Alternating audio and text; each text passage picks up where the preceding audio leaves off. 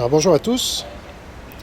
Voilà, donc comme promis, je me rends aujourd'hui à Papeete pour déposer deux dossiers, l'un au Haut Commissariat, à côté duquel je me trouve, et l'autre à la présidence de la Polynésie française. Donc je fais un arrêt avant au monument aux morts qui se trouve à côté du Haut Commissariat à la Polynésie. Vous voyez un monument dédié à la France libre, puisque dès juillet 40, la Polynésie a été rattachée à la France libre, donc très tôt. Et là, vous voyez les noms de ces centaines de Polynésiens, ce qui est beaucoup pour un territoire aussi peu peuplé. Aujourd'hui, nous sommes 280 000, mais en 1940, c'était beaucoup moins. Et donc, vous voyez tous ces noms, là, je ne peux pas zoomer, ah si, voilà. Je zoome au maximum. Vous voyez tous ces noms polynésiens, avec des prénoms bien français, souvent, comme vous le voyez. Et donc tous ces gens-là ont combattu pour notre pays et ses libertés. Et je ne vous montre pas ça aujourd'hui au hasard, c'est qu'évidemment, moi aussi, je me bats aujourd'hui pour vos libertés et pour les miennes, éventuellement. Donc, voilà mes modèles, des hommes et des femmes, certainement. Je ne vais pas regarder le détail, mais voilà. Francis, Clément, bon, c'est beaucoup d'hommes. Pierre, William, je ne trouve pas de femmes, mais il doit y en avoir. Et donc, je me bats moi aussi pour mes libertés et celles de mon peuple, mais en 2021. Donc, le général de Gaulle doit se retourner dans sa tombe quand il voit de là où il est ce que la Polynésie française est devenue, à savoir qu'elle impose le confinement et la vaccination obligatoire. Donc à tout de suite, là je vais me rendre au Haut Commissariat. Voilà, je me rapproche du Haut Commissariat. On va remettre... là je suis masqué parce que c'est pour ça que ma voix est un peu bizarre. Et donc je vais remettre ce dossier au Haut Commissariat que je vais lire pour vous et montrer, comme ça vous aurez toutes les informations. Alors, voilà, on est bien au Haut Commissariat, vous voyez, c'est ici que ça se passe. Donc ça c'est la représentation du gouvernement français en Polynésie française. Alors c'est parti.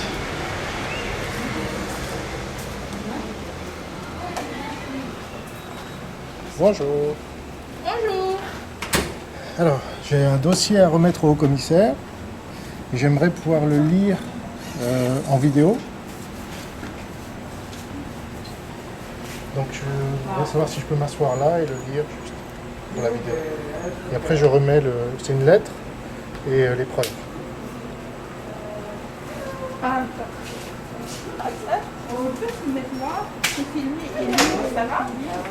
Je filme juste les documents en fait.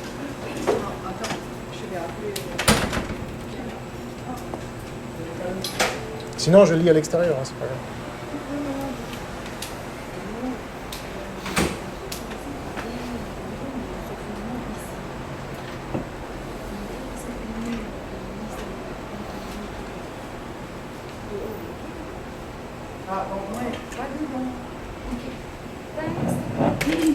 Pas à l'intérieur, monsieur, à l'extérieur. Ah, ok. Voilà, donc il ne nous laisse pas rester à l'intérieur, donc c'est pas grave. Hein. On va lire à l'extérieur. Voilà, on s'adapte. Pas de problème. Donc, j'ai préparé une lettre. Alors, on va faire un beau décor là, avec des belles plantes. Alors, je peux enlever mon masque du coup. Comme ça, vous allez mieux m'entendre. Voilà, là c'est mieux. Alors, voilà la belle lettre que j'ai préparée pour ce cher haut-commissaire et que je vais vous lire. Monsieur le haut-commissaire, je suis journaliste professionnel depuis 16 ans, je vis de mon travail depuis 16 ans. Je suis venu m'installer en Polynésie en 2015 avec ma petite famille. 3 mois après notre arrivée, nous avons créé avec ma femme un commerce qui n'existait pas sur l'île de Moorea, qui a rendu service à des milliers de Polynésiens, y compris les plus démunis, et de touristes depuis. Je suis à jour dans le paiement de mes impôts, très important, Mon casier judiciaire est vierge et j'apporte de l'argent à la Polynésie française grâce à mes revenus journalistiques. tout en améliorant la qualité de vie des habitants de Moorea par mon commerce. Je souhaite, par la présente lettre, excusez-moi, il y a un peu de passage, parce qu'on est sur la grande avenue. Je souhaite, par la présente lettre, que je remets en main propre au Haut-Commissariat, vous communiquer un certain nombre de doléances. Et je précise d'ailleurs que j'ai invité les résidents de Polynésie à faire de même pour ce qui est de leurs propres préoccupations. Donc là, je parle que de la Polynésie, puisque c'est le Haut-Commissariat à la Polynésie, mais j'ai évidemment incité les habitants de Nouvelle-Calédonie à faire de même.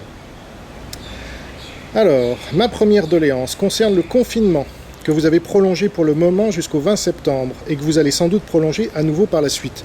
J'ai d'ailleurs appris qu'il avait été mis en place également en Nouvelle-Calédonie, ce confinement totalitaire. Alors, ma question est la suivante. Sur quelle étude scientifique vous basez-vous pour imposer le confinement à toute la population pendant un mois minimum, sachant que de nombreuses études prouvent que le confinement ne sauve aucune vie, mais qu'il détruit des vies, qu'il détruit l'économie, etc. En effet, une étude de Nature, publiée le 5 mars 2021, dont je vous remets ici une copie intégrale, suggère que rester à la maison ne joue pas un rôle dominant dans la réduction de la transmission du Covid.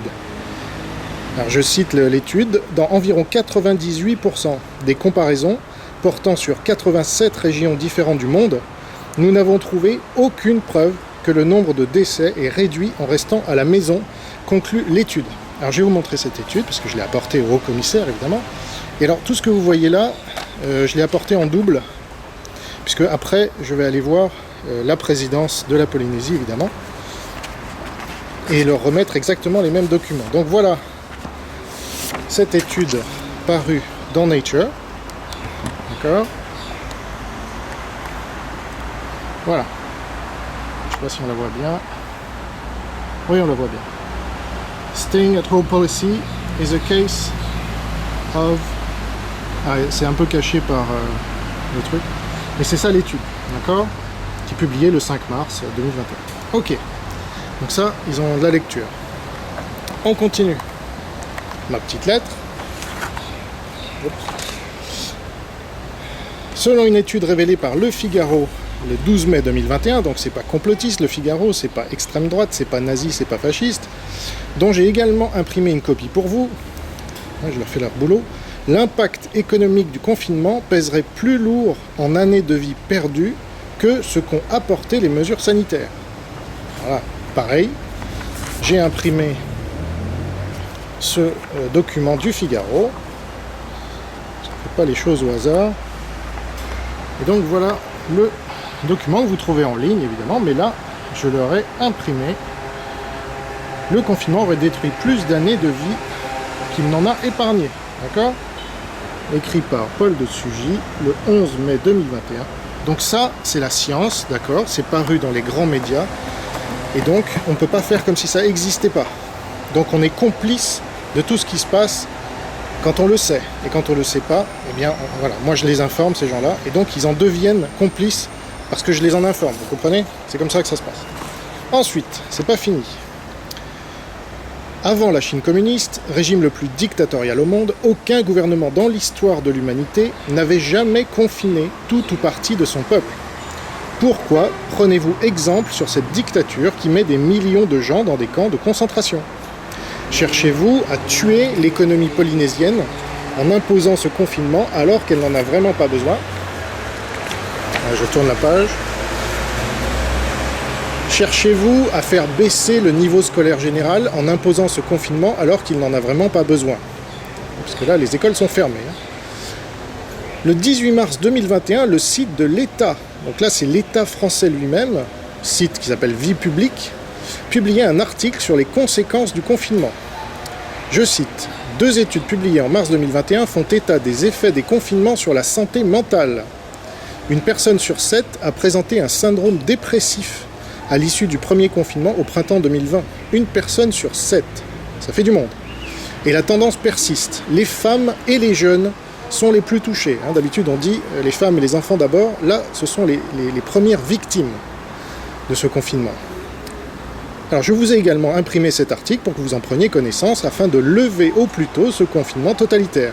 Mon fils déprime de ne pas voir ses copains à l'école et de ne pas étudier. Il prend du retard, comme tous ses petits camarades.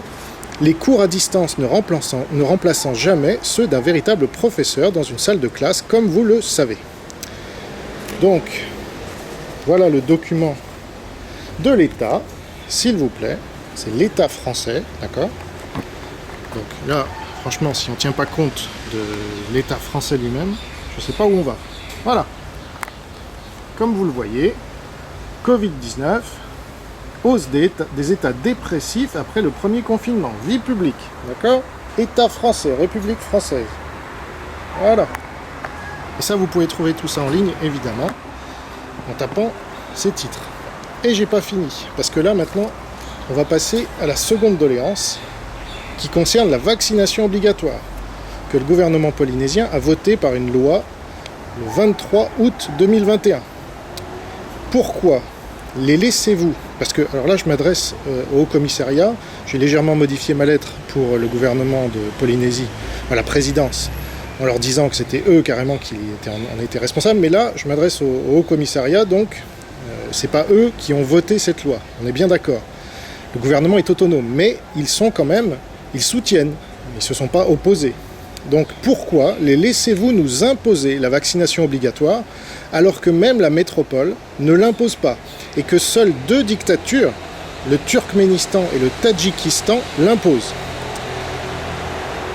Désolé pour le bruit de fond, mais encore une fois, les voitures passent. Ils n'ont pas voulu nous laisser parler à l'intérieur, ce qui est un grand signe démocratique là aussi.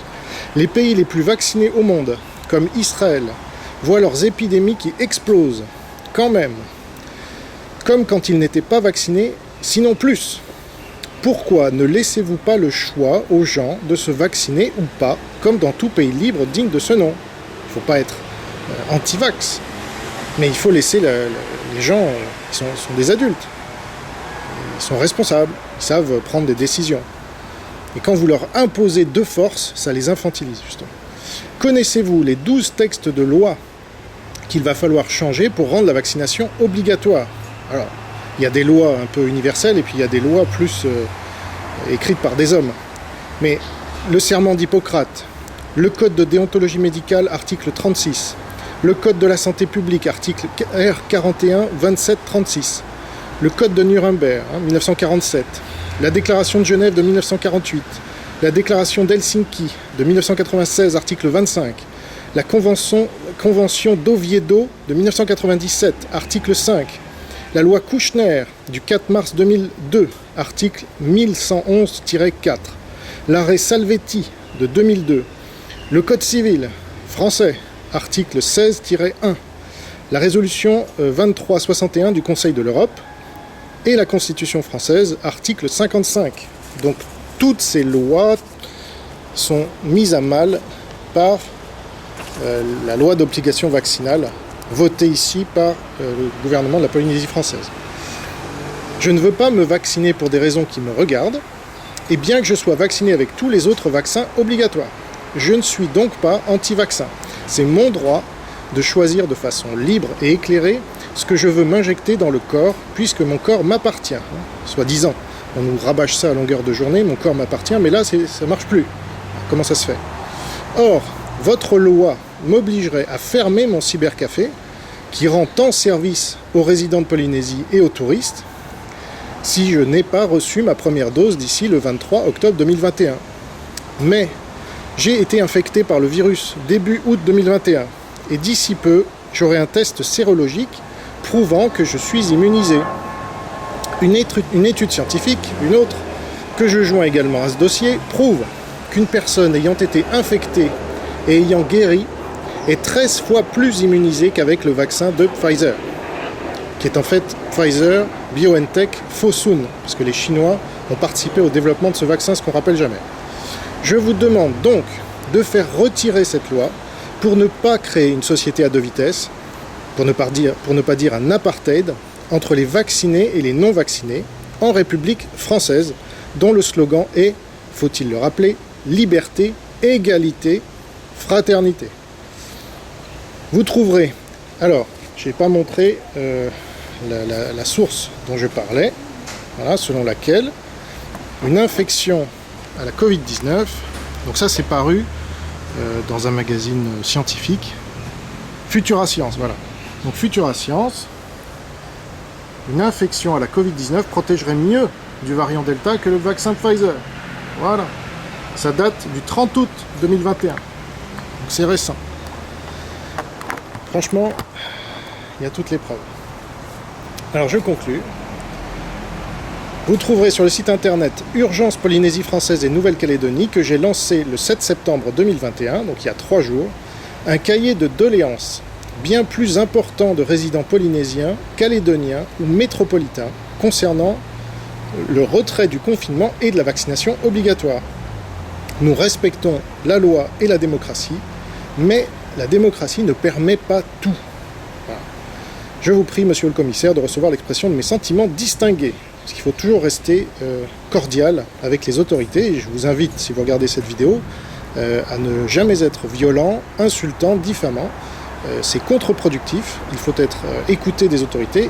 Et donc, si vous êtes dans cet état d'esprit que je viens d'indiquer, dans l'illégalité d'une manière ou d'une autre, ou dans l'insulte, vous n'obtiendrez jamais mon soutien.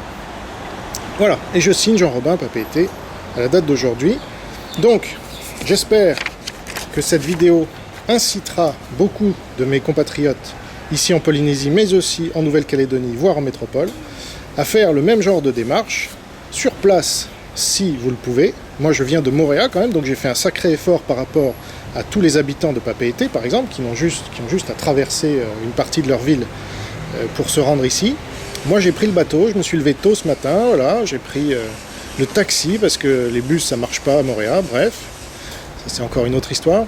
Et donc, j'ai fait beaucoup d'efforts pour défendre mes droits et les vôtres.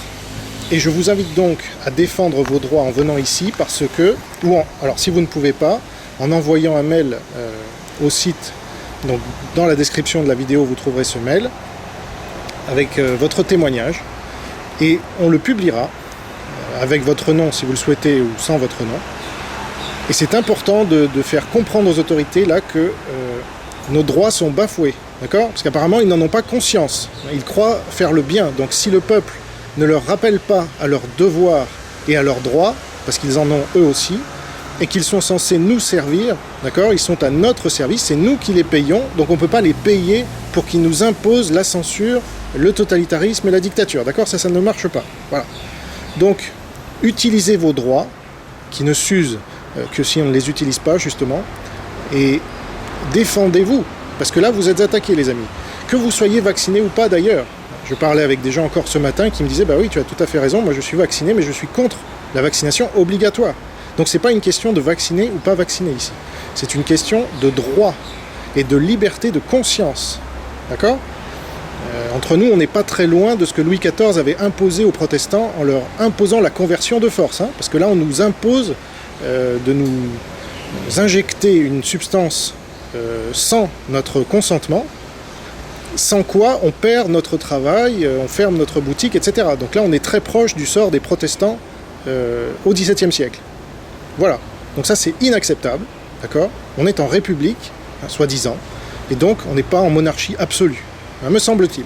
Donc défendez-vous, sinon vous aurez à en subir les conséquences. Un peuple qui ne se lève pas, forcément se couche. Et la Boétie disait que les tyrans ne sont grands que parce que nous sommes à genoux. Voilà. Donc je vais continuer mon petit périple, mais plus rapide cette fois. Donc là, je vais leur remettre tous ces documents au Haut-Commissariat, et ensuite j'irai à la présidence de la Polynésie française. Mais je vous épargnerai la lecture, puisque c'est la même lettre et le même dossier que je vais leur remettre. Voilà, donc voilà le dossier que je leur remets officiellement.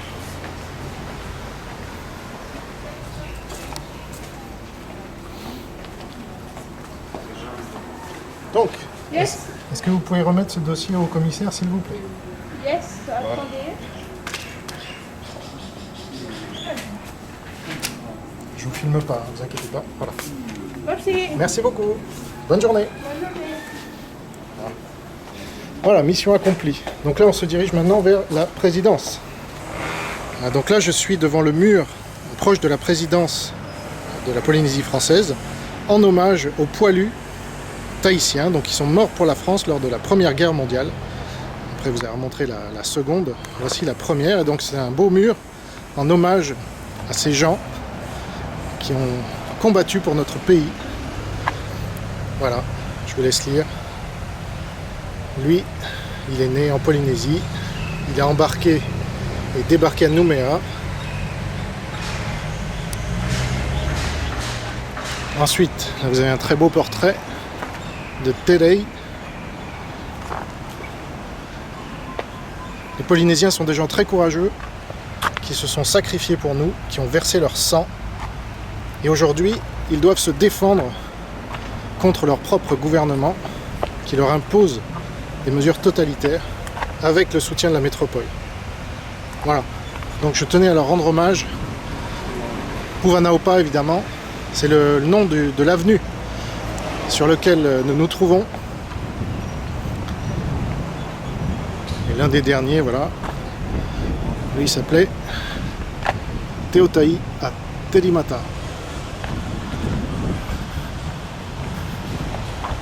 Voilà, une belle fresque.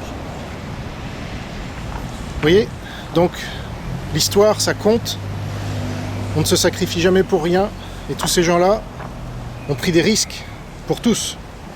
Donc il faut que chacun se mobilise quand il a ce message, et que vous mobilisiez pour vous, vos libertés, celles de votre famille et de vos proches, et celles de tous les Tahitiens, tous les résidents polynésiens, tous les résidents calédoniens, et in fine, tous les Français. Voilà, donc nous voilà à la présidence, comme vous le voyez, de la Polynésie française. Donc c'est un très beau bâtiment, ici sur l'avenue. Et donc j'attends les gardiens pour qu'ils m'autorisent à rentrer.